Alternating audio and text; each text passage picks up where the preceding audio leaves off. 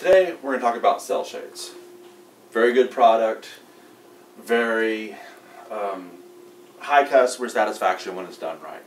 First step is the operation. They generally will have a cord. You raise them up to the top, go over to the side, and it locks it.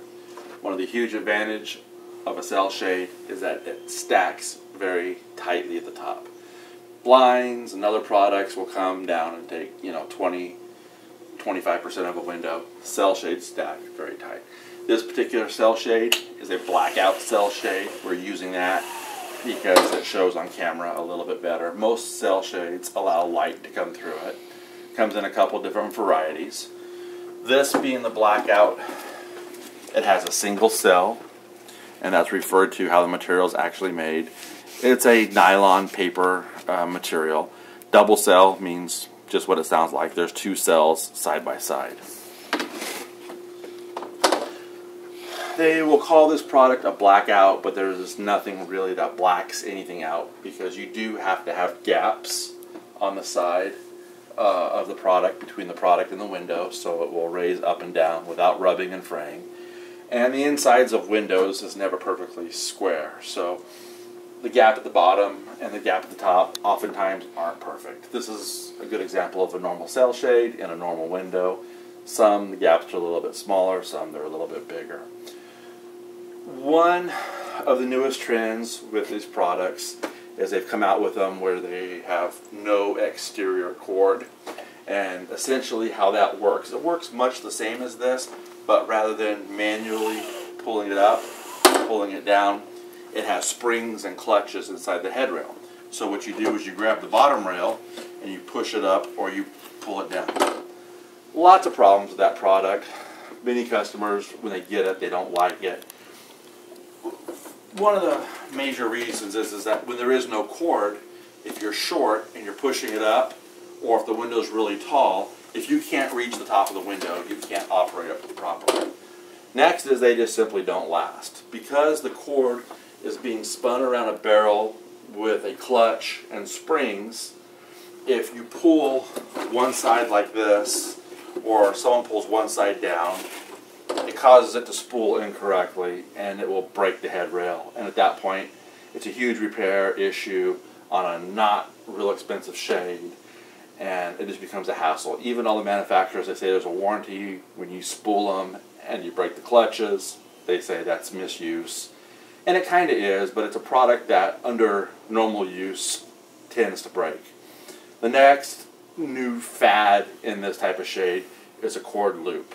So instead of having a cord that you pull, it has a loop like that. Well, better than cord free because it doesn't have the clutches, but you still have the same principle. You have the cord that's tied off into the bottom rail being pulled up and being wrapped around in this thin head rail on the top. Inevitably what happens is that the spooling will get tangled. It'll break and snap the cords or break and snap the mechanism. We highly recommend against the cord loops and anything that has cord free. The only thing that causes more problems than cord loops and cord free is remote controls. Remote controls in our industry has just been a horrific nightmare. We've been through probably 7 or 8 companies. Doesn't matter who the motor is, who the company is, if it's the world's largest window covering manufacturer or the smallest company on the corner, the stuff just doesn't work for a long time. One of the main problems is that if you have a headrail and you do it with a battery, the batteries in the heat and in the sun don't last very long. We've had, when the batteries go out, you have to disinstall the blind, change the batteries. Customers don't like doing that. Oftentimes when you change the batteries, the remote's got to be reprogrammed. Or you end up doing it where it's a direct mount and then you plug it in somewhere. Then you have ugly cords going throughout the house.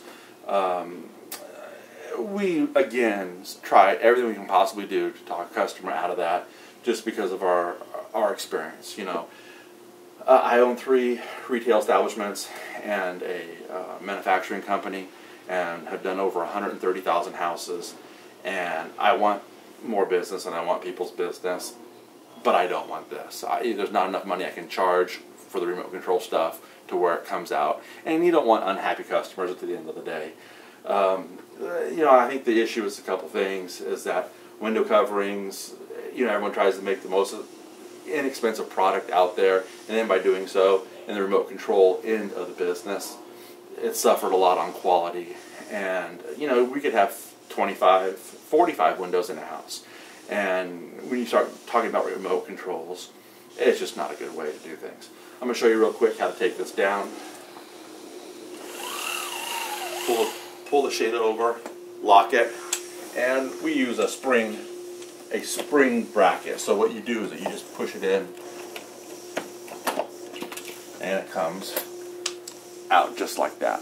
The head rail has a lip where the front of the bracket goes in, and you push it in, and it has a little spring. So makes replacing it and reinstalling it very simple. Cell shades are very economical out there. Cost less than blinds and shutters and other window coverings. They don't generally last as long because the material is a fabric type material, and it doesn't last as long as a wood or a vinyl or a PVC. Very good product, very good for when it's used properly. Stay away from the cord loops, the remote controls, and the cord frees, in my opinion. It's just a product that it won't last, and we don't have the high customer satisfaction like we do with this product.